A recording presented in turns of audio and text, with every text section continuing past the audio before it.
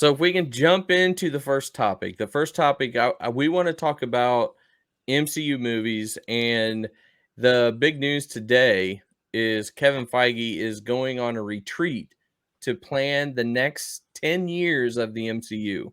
Yeah, I'm glad we're doing this now because I actually have to pack. Kevin and I, Kev, as I call it. Oh yeah, you're gonna hang out. You guys, did he get you the suite this time? I'm Nope. They're listen, rooming together. One yeah, bed, twin. we share. Man, he snores like crazy, but you know what? I'll put up with it because genius. That's why. Yeah, Put up. yeah. I mean, you're I'm a nice guy. He'll be outside any minute, so I'm sure. Steps with a suitcase, just waiting for hours, and he never shows. And then Yeah, Dad could be shows. sad. Yeah. 10 years. So, He's about 10 years of the MCU. That's unbelievable. I mean, my only concerns with this, and like, are they hedging their bets on the actors that have taken on these fantastic roles remaining in the MCU for that duration of time? I mean, because many of them, I can't speak to all their ages, but I mean, like, let's take a Don Cheadle, who is already probably in his 50s, going to be contracted to serve out into his 60s as War Machine. I'm not sure. I mean, clearly it looks like they're finding new blood for a lot of the characters anyway, and of course introducing new characters with every passing episode and every passing movie. But I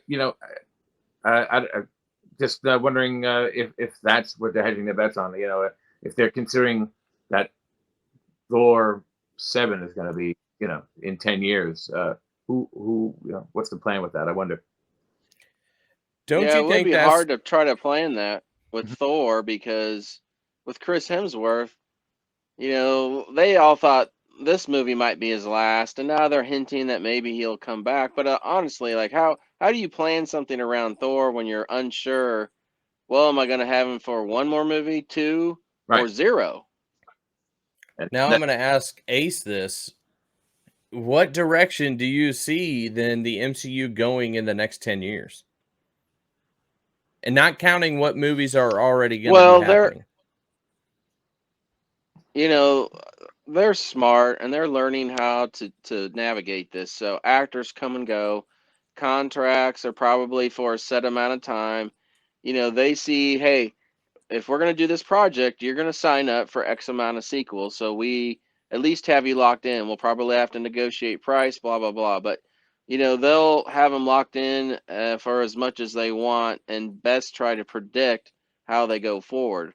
So then it just becomes a storyline like, hey, are we going to, the heavy rumor is we're going to build up to Secret Wars. We're going to do Annihilation Wave on the cosmic side. We're going to plan for all these properties, and this character is going to go to Disney Plus, and this one's going to be theatrical, and we'll map all that out. But you start talking 10 years. Woof, boy. A lot of that's got to be complete guesswork, and you just still go with the flow as things present themselves. So, but having said that, with all they've learned in the last 14 years now, uh, I think they've got a pretty well oiled machine in how to operate and how to make these things come to fruition and navigate, age and salary and what have you. But my bigger question is still this. I think you can do all that. You can introduce new characters and phase them in and then bring some new into the fold and make them popular. But and maybe Tom, you can add what your thoughts are on this as well. At some point, you have some of your marquee characters on the bench. Now you can have Sam as Cap, you can have Riri come in as Ironheart, but people still want to see Tony Stark and Steve Rogers, and eventually they'll Thor. When Thor goes away, it's like not having Wonder Woman, Batman, and Superman in your DC universe as you're going forward. So at some point, how are they gonna bring those characters back? And are they just gonna like, nah, we'll just leave them as a memory? You know, in terms of the fictional character death of Iron Man in Endgame, I think if they do bring him back in any capacity, it really will diminish the sacrifice that was made at the end of the film. But Yeah. comics we're talking about, where I think at this point, the stay dead is maybe Uncle Ben. You know, so thousands upon thousands of characters, death is just like a revolving door. And I can't imagine why they're not going to apply that philosophy to the movies, especially with the introduction, like you mentioned before, of the multiverse, which allows for just an infinite, Mhm.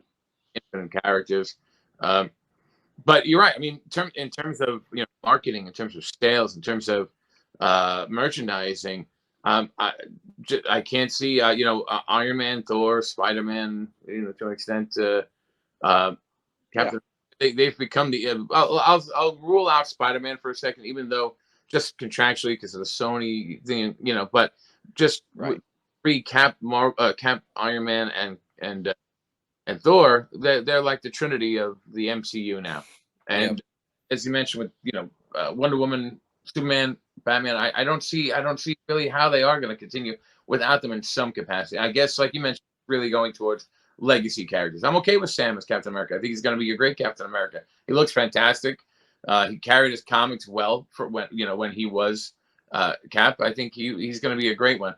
I don't know. I don't know if I would have put Natalie Portman as what do they call it? The Mighty Thor. I think that's what. Yeah. Yeah.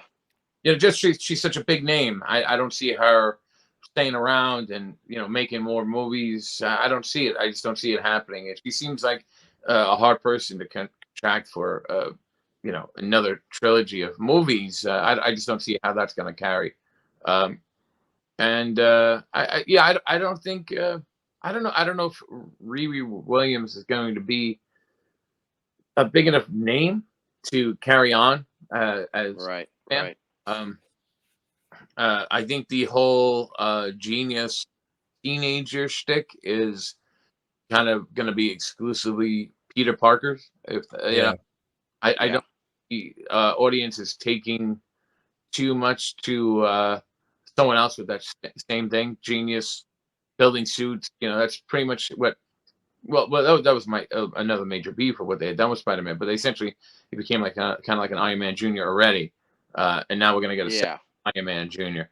Um, but I also said, when Guardians of the Galaxy was opening a few years ago, I'm like, this is gonna be it. This is it. This is Marvel's first bomb. I did not Right.